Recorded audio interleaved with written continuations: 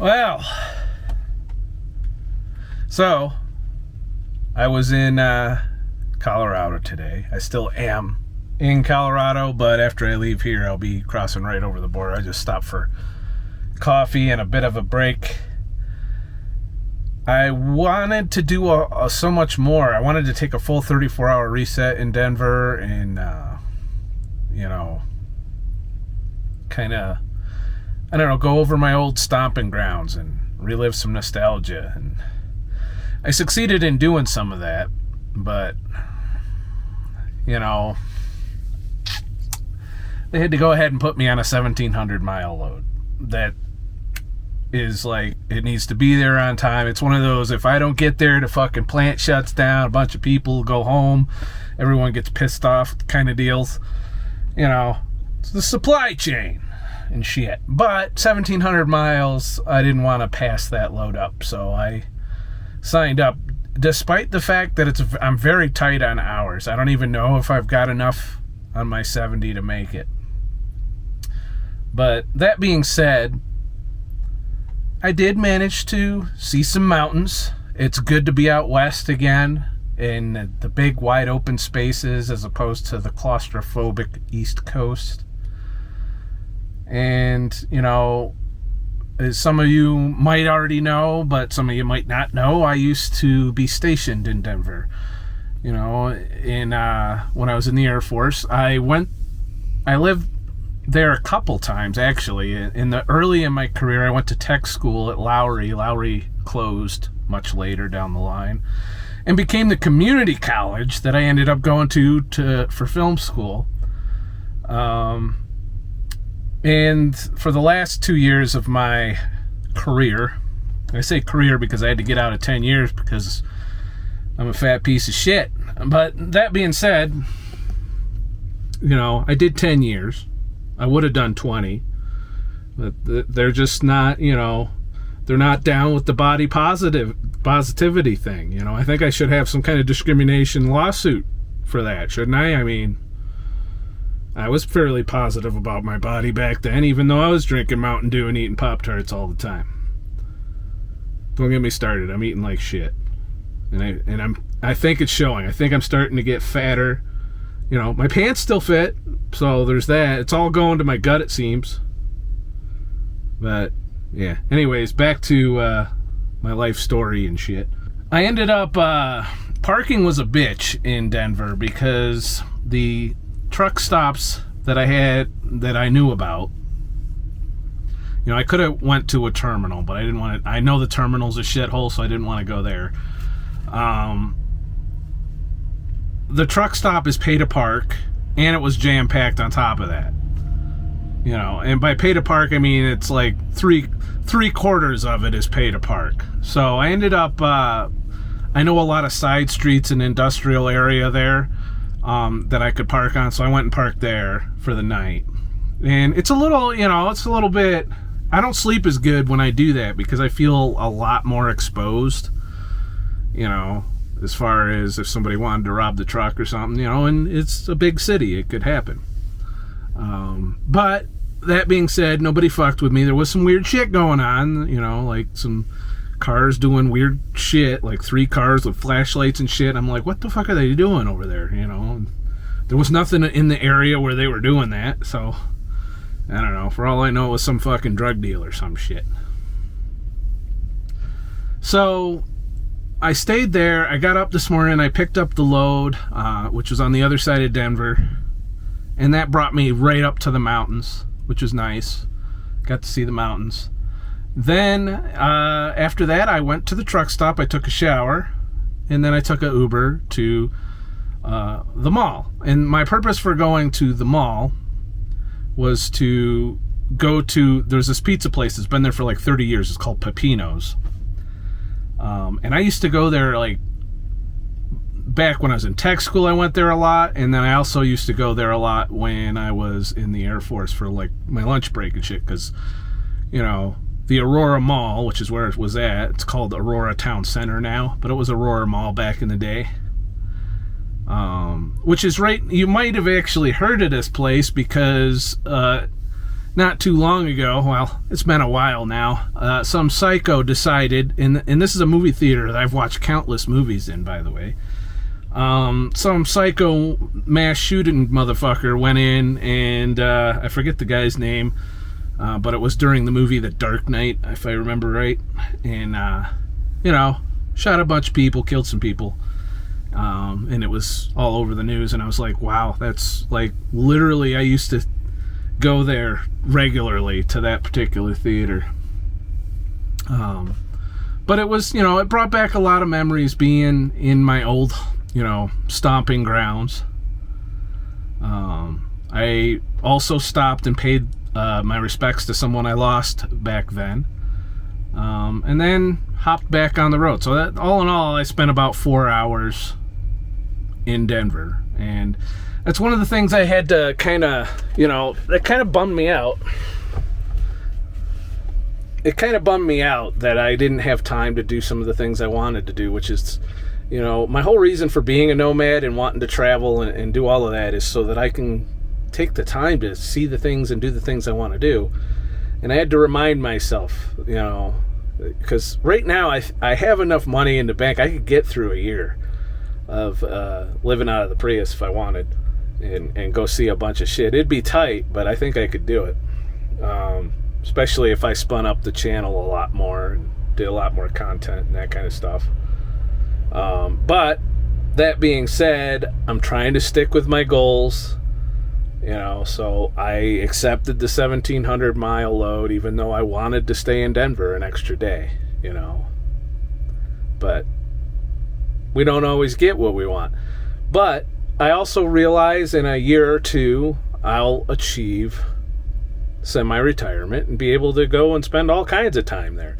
There was a lot of van lifers parked at the truck stop too. I noticed that. I'm like, and I was talking to the Uber driver. We got to conversing about the economy and shit. And, I asked him, what are rent prices around here by now? And I told him back in the day, for a deluxe apartment with all the amenities, which is what I had back then, when I had the American dream, briefly. While I was in the military, they put me in some nice apartments in the Denver area. And it was, I think, $1,100 or $1,200 a month. But it was, it was a nice apartment. It had a fireplace and shit. It was, 2 bathrooms.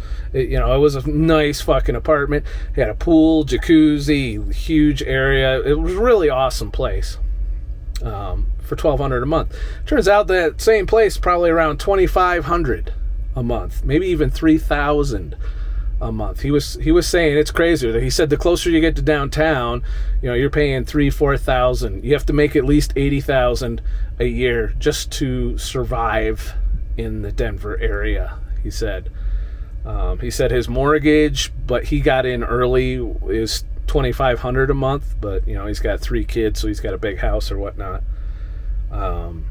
So cost of living's off the charts, and he didn't. The economy, like when I went to the mall, it wasn't a dead mall. It had a lot of things, a lot of stores in it, and it wasn't like some of the malls that are just filled with gyms and karate classes and shit. It actually had some decent stores, and it was surrounded by a bunch of, outlet type places and Best Buy, the usual shit.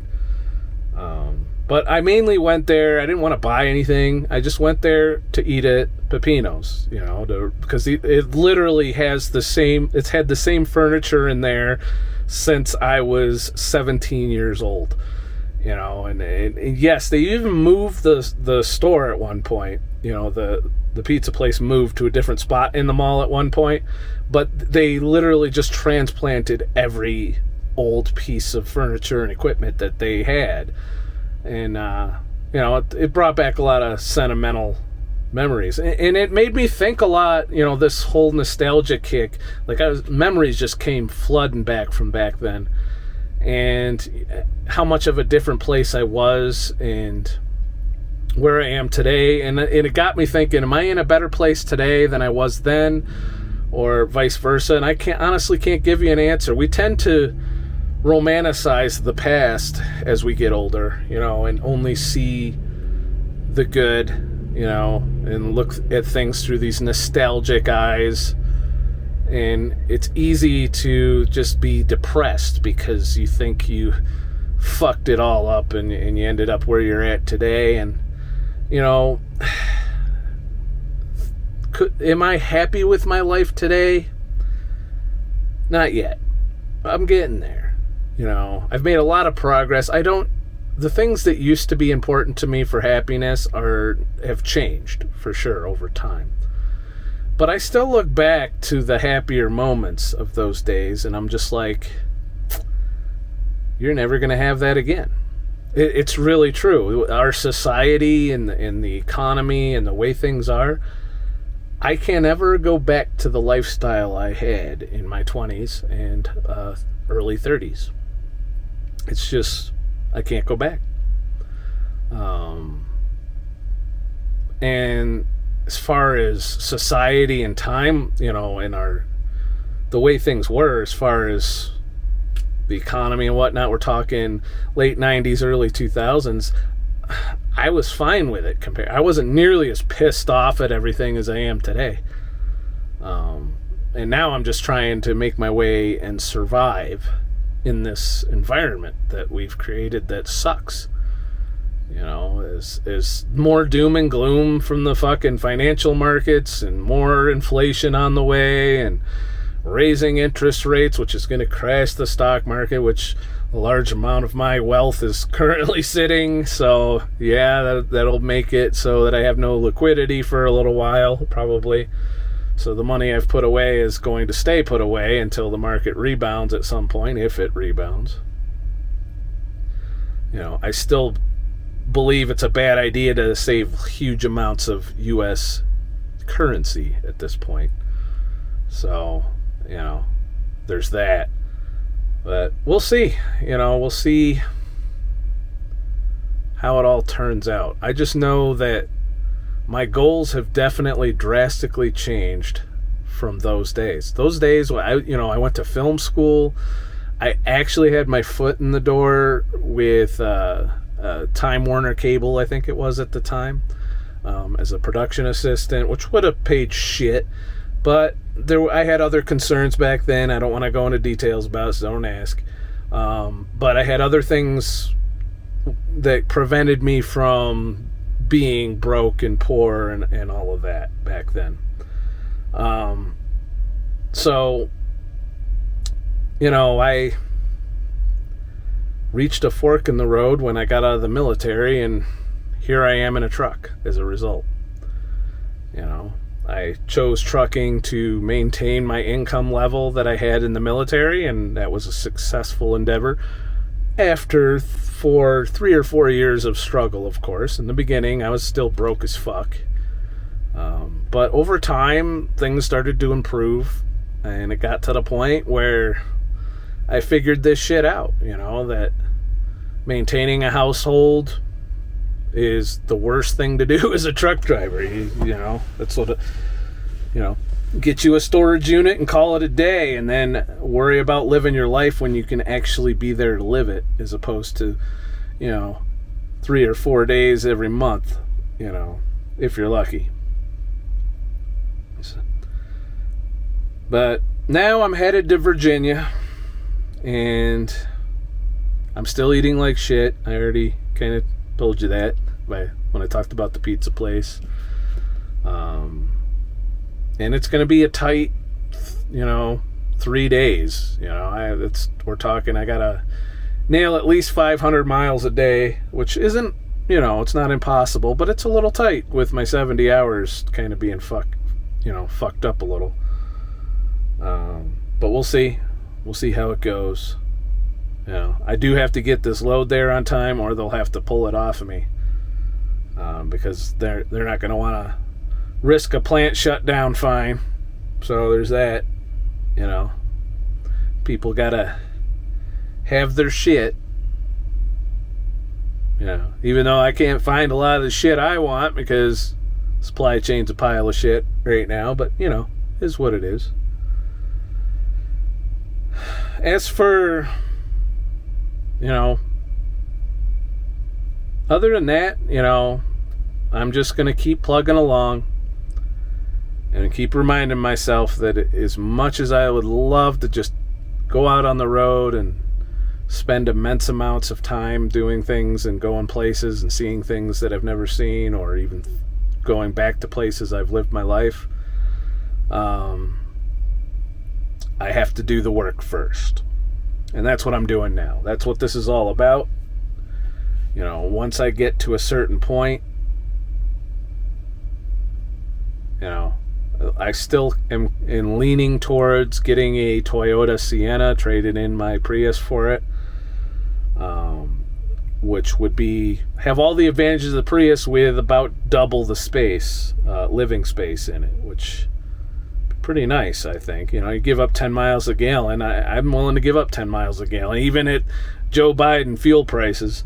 I'd be willing to give up that 10 miles a gallon just for a little bit more comfort, just a little bit. Not a lot, because you can't stand up in the motherfucker. You know, but as far as living space, it's not as, you know, cramped. It can be cramped living in a Prius.